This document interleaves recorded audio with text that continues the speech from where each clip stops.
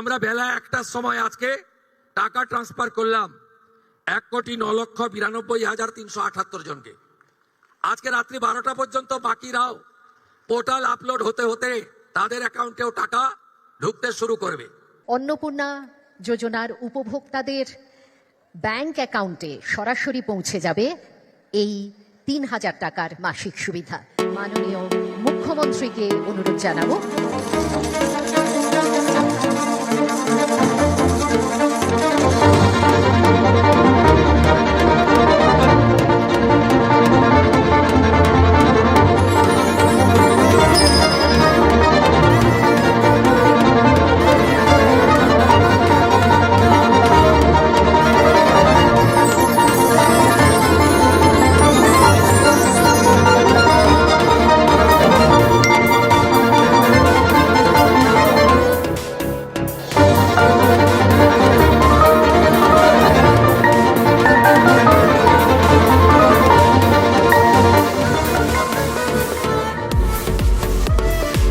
এবারে 5টি জেলা থেকে প্রতিনিধিত্বমূলকভাবে আগত 5 জন অন্নপূর্ণা যোজনার উপভোক্তাদের হাতে মাননীয় মুখ্যমন্ত্রী এবং অন্যান্য বিশিষ্ট মন্ত্রীরা, বিশিষ্ট জনেরা তারা তুলে দেবেন এই অন্নপূর্ণা যোজনার শংসাপত্র। আমাদের তরফ থেকে কিছু উপহার।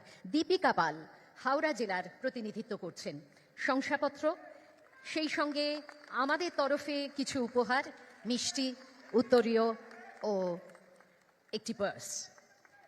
এরপরে হ্যাঁ, আমরা এই মুহূর্তটিকে ধরে রাখতে চাই ছবির মাধ্যমে। ধন্যবাদ জানাই দীপিকা পালকে। এরপরে শ্যামলী সামন্ত হুগলি জেলার প্রতিনিধিত্ব করছেন, তার সঙ্গে আছেন আমাদের দপ্তরের আধিকারিক। শংসাপত্র এবং আমাদের তরফে ছোট্ট কিছু উপহার তুলে দেওয়া হচ্ছে। দপ্তরের মাননীয় মন্ত্রী এই কাজটি করলেন।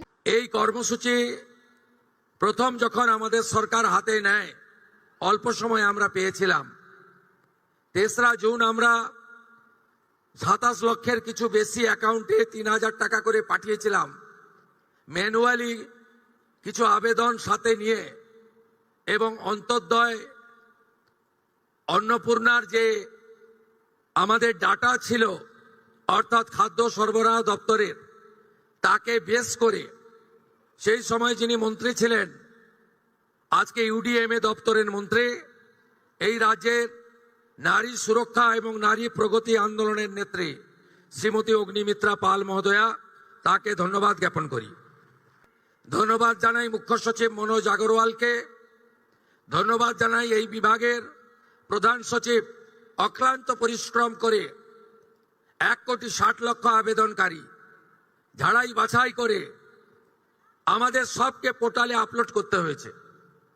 তাই মাননীয় প্রধান সচিব আইএস মৌমিতা গোদারা, তাকে বিশেষভাবে, তাকে এবং তার টিমকে ধন্যবাদ জানাই যে আমরা তো ডেট ঠিক করে দিই, করতে হয় তাদের, এবং দেখতে হয় যাতে নিয়মের বাইরে কেউ না চলে যায়। কারণ এটা কোনো ব্যক্তি দলের টাকা নয়, এটা সরকারের টাকা।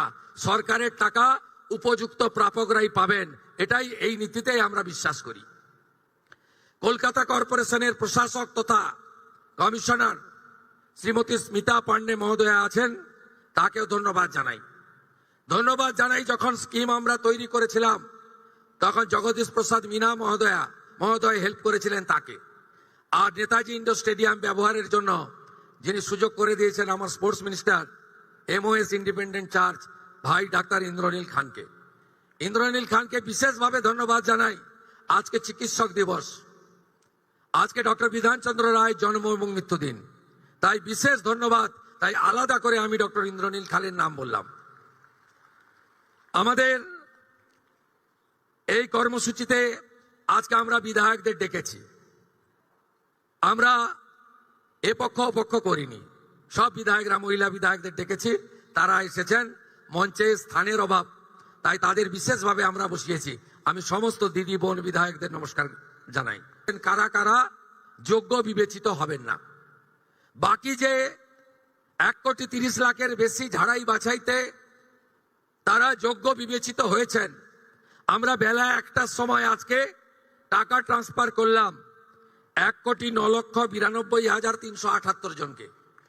আজকে রাত্রি 12টা পর্যন্ত বাকিরাও পোর্টাল আপলোড হতে হতে তাদের অ্যাকাউন্টেও টাকা ঢুকতে শুরু করবে। কারা যেন বলছিলেন না যে আগের সরকারের যে বরাদ্দ ছিল, এই সরকার বরাদ্দ মাত্র 1000 কোটি টাকা বাড়িয়ে অর্ধেক বেনিফিশিয়ারি করে দিয়েছে। আমরা একটা বেনিফিশিয়ারিকেও বাদ দেব না।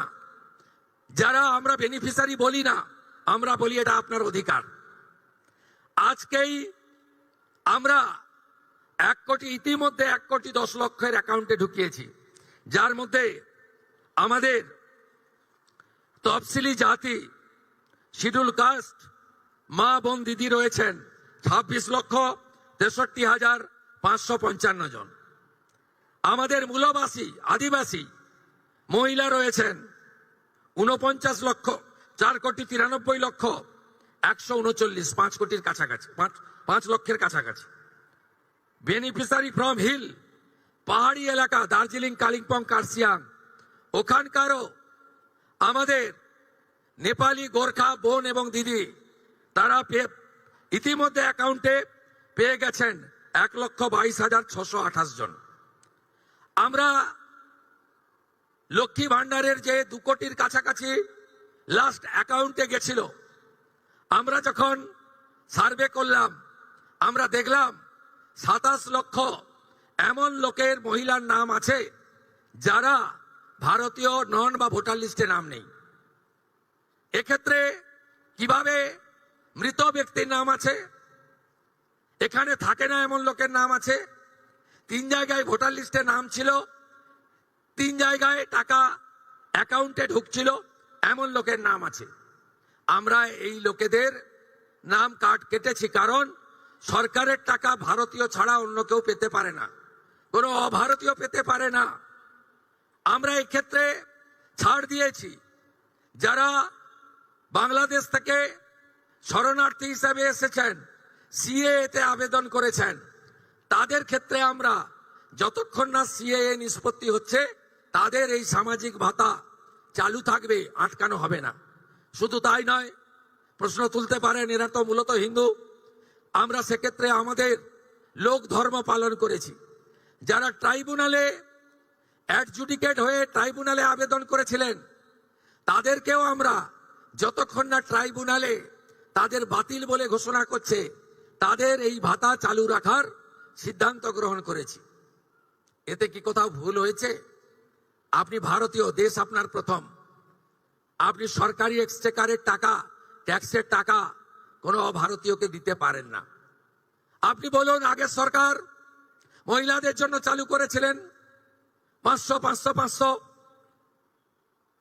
এই কর্মসূচির উদ্দেশ্য ছিল মহিলাদের অ্যাকাউন্টে যাওয়ার।